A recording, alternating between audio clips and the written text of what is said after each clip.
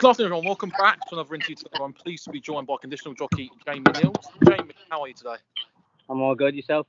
Yeah, not too bad. I mean, to start things off, I was going to talk about your route into racing, which is a little bit different to most. I mean, you was on the books of Liverpool and Blackburn as a teenager. What was that the main aim as a kid, going down the professional football route?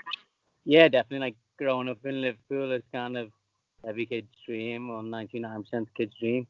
A lot of kids have similar routes to me. A lot of kids in Liverpool kind of have trials here, there, and everywhere. And it's kind of drummed into you as a youngster. And that's the kind of route I wanted to go, along with plenty of new friends. So was you playing football out from a young kid? That always you was doing as a kid, playing football, and is that how you got into potentially getting a trial and getting scouted by Liverpool?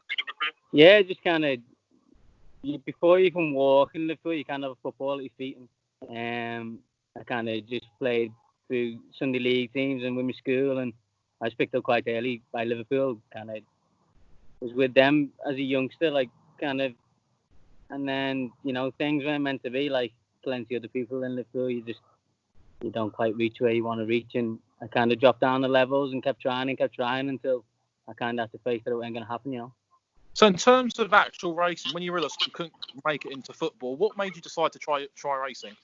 Well, obviously my father has horses, Twiston Davis, there with my father just visiting, and we were out for a meal, and I was with Sammy and Willie and Hatchie and the likes of them, and he kind of said, you've got the physique for it and you're sporty, you think you pick it up easy, why don't you kind of go for it? And we kind of just laughed it off, and then I went home and I kind of looked into it, and I went to my father one day and I said, I've applied to the racing school, and he just giggled really and didn't think much of it. And then the racing school actually got back in touch with me and said, look, we like your story and we'd love you to come kind of the same week. So I went up kind of for an interview, and they thought that I'd be able to handle it. And he said, I think that was on a Thursday, and he said, we'd love you to come back on the Monday. So it kind of happened quite fast, and father dropped me back on the Monday, and he kind of said, I'll see you in a few days, I'm going to pick you back up because you won't last. And anyway, I was there for kind of 14 weeks, and just loved it from day one and carried on from there. So what like for you at the racing school? Was it much of a shock compared to what you used to with football? Was it much of a difference there? Or? A lot of components are the same. Obviously, you need good balance and things like that. And I kind of picked it up relatively quickly in terms of not being sat on a horse once in my life to kind of cantering away within a couple of weeks. So, thankfully I picked it up quite quick, and something new for me, and it was a challenge which I liked, and I wanted to prove people wrong, and luckily I took it up quickly and carried on. Sometimes your actual riding career this season, talk about Townsend, the horse you put on very, very well. First one at Ascot under rules. I was there that day. What was that like for you to get your first rules at a course like Ascot? Must be fantastic for you. Yeah, it was amazing. I was very lucky to get on the horse, and he'd had a long time off, and I was confident that he was the best horse in the field, but it was a question. It was at 3 miles, and the ground was quite soft, and excuse the swans or whatever they are. The ground was quite soft, and we just wanted to ride him to kind of make sure he saw the trip out and finished his race well. He had the tendency to pull quite hard, and so that's the kind of reason why we dropped him in and just get him into nice rhythm and settle and enjoy it. And the further we were going, the more confidence I was kind of getting. He was jumping from post to post, and he settled lovely, and he gave me one hell of a spin, and kind of turning in. I just wanted to be patient and not kind of go too early and kind of stretch his stamina to the max. And I was managed to keep filling him up, and he just kept winging fences, and thankfully kind of when we hit the front, he kind of kept going and won quite comfortable in the end.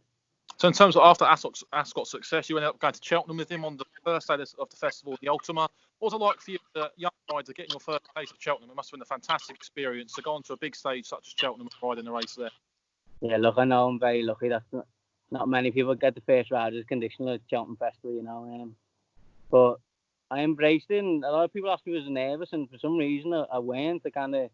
I knew it's possibly only a once in a lifetime thing. Look, I hope it's not, but it quite could be. And I just wanted to take in the whole day, and I was around some fabulous riders. I remember sitting at the start and I was kind of next to Brian Cooper, Adrian Heskin, Harry Cobden was next to me, and I just had to pinch myself really and just kind of enjoy every moment. And look, he gave me one hell of a spin, and very fortunate. I was kind of fought out, getting a bit excited, thinking I was in with a chance. So look, that day went his day, but I'm quite hopeful that he will pick a big one at one day.